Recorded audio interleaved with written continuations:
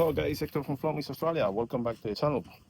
Dr. Pressure, this company is getting busier and busier in here in Sydney, and they bring the truck to us, a really nice setup to do some small modifications. As you can see, he's got the P40, so unfortunately they have a lot of leakages going on lately.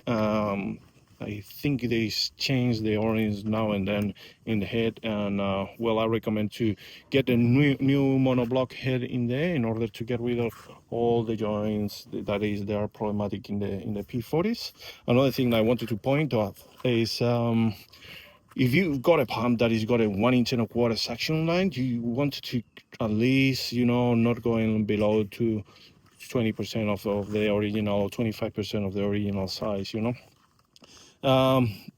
he's got this manifold that you all know. I don't want to do any kind of publicity, but it's really good manifold for a 12 volt system. It's got a 1/2 inch valves, okay, and the valve that is got inside is the GF valves, which is very restrictive but a very accurate valves, especially for 12 volts, but not for this pump, okay. It's got a notch type of bulb inside where, as I said before, it's very restrictive. So for this kind of pump, at least you're looking for 3/4 or 1 inch manifold, one or the other, so this is basically what we're doing today here. All right, I'll dismantle all this thing and I'll show you how we change the head and how we do all the manifold and upgrade and so just managed to pull out the pump, so we're going to remove the head, and to do so is really easy. Just remove the 4 Phillips screws there, taking the unloader out of the way, and then remove all these screws and put the monoblock back on. As you can see, it's a 1.25 inch in the suction, so you can't go from here to one of these GF valves, it kills the pump. So they had an issue that obviously the pump is leaking from the joints. The benefit that the new monoblock has is one piece and only has the ends to change the check valves in this direction, so much more reliable system. So I'm gonna going ahead and remove it and coming back and show you the 2 heads side to side and assembly the new head. Okay, first, just finally managed to remove the old head. This is side by side the new monoblock head with the old one. Is obviously the benefits that the new one has. These heads are pushing in by a couple of O-rings in there, and these are the more common fail in this particular head, where this one is already bolt on with the O-rings insert in then one piece, which is making a lot more reliable. I wanted to point out that they add in the kit Byton O-rings, and the old ones are EDM, which is way more better. These ones it's coming with the bolts and as well with the new unloader, and finally the gauge. Yeah, very unusual to use this kind of pumps without the gauge, but anyways, that will be very beneficial in order to give the maximum reliability and control for to the operators. So I'm going ahead and put that monoblock head back, and I'll be back. Well guys, I finally finished the assembly. Sorry, I probably missed a couple of steps in there, but it's pretty straightforward, this manifold assembly. 11 Newton meters of torquing the bolts, and then just same thing with your unloader. Talking about the unloader, is a really nice upgrade that these guys from COMET did, especially for the gauge, obviously. Everything is detailed in these instructions, really handy.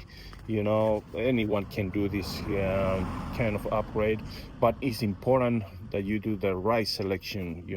Don't blame manufacturers, because your pump is leaking, or your 12-volt pump is dead, motor, or things like that. Do your research, do the proper wiring, the proper hose selection, you know, route the hoses properly, you know, and especially, you know, this manufacturer provides, for example, this 1/2 inch bypass line, which is for going back to the tank is fine because it's no resistance. But when you put it in a closed loop, you know, you want it to reduce the speed of the bypass. So yes, try to oversize as I did here, you know, and going in instead 3/4. Okay, that will decrease the speed of the liquid on the bypass, cooling more the liquid, handling better the hammer pressure when you off the trigger. So yeah, just do your research, you know, and you will have equipment that it will be reliable on you on your work. We upgraded his system with a new skid, and we also put a new bracket for him, you know, so everything is nice and located in one place. We assembled one of our manifolds with Hastaloy check valves, and as well the metering valves in there, so you can troubleshoot with the manifold in there. Also, we upgrade the system with the remote switch, which you can on and off the system from the panel. And as well, you can if you're close to your rig, you can actually make it work your actuator from the button, or you can actually go in from your remote control. The remote control is got a feedback feature, so 1 beep or 2 beeps, it will tell you if you are rinsing or you are using chemical in the line. All right, so just a quick look up to the back of the units. I'm using these kind of valves, you know, because they are made for very harsh chemicals. Okay, it's important that you select your materials accordingly with what you're using, you know. And the TJ valves or the banjos, the EX, they can handle chlorine, you know, but poly after time, if it's all the time in contact with pure chlorine, I mean pure with 12.5 concentration of chlorine, it will slowly degrade the poly, and you will have to change the body. Okay, in terms of actuators, for example, the Banjo EX is better than the TJet, and obviously the price wise, one actuator with the other, you know, is huge. You know, if you get a Banjo actuator, you're gonna spend like $850, you know.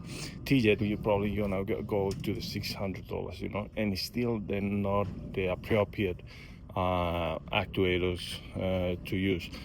I used them in the past, you know, and this is my experience, you know, it's my personal opinion. Okay, and I just transferring to you, not trying to kind of upsell my systems. It's just for you, and you can do your own homework and do your you can pick whatever you think it works for you. So yeah, thank you so much for looking my videos, and hope this help you a little bit in your business. And yeah, I see you in the next one. Cheers.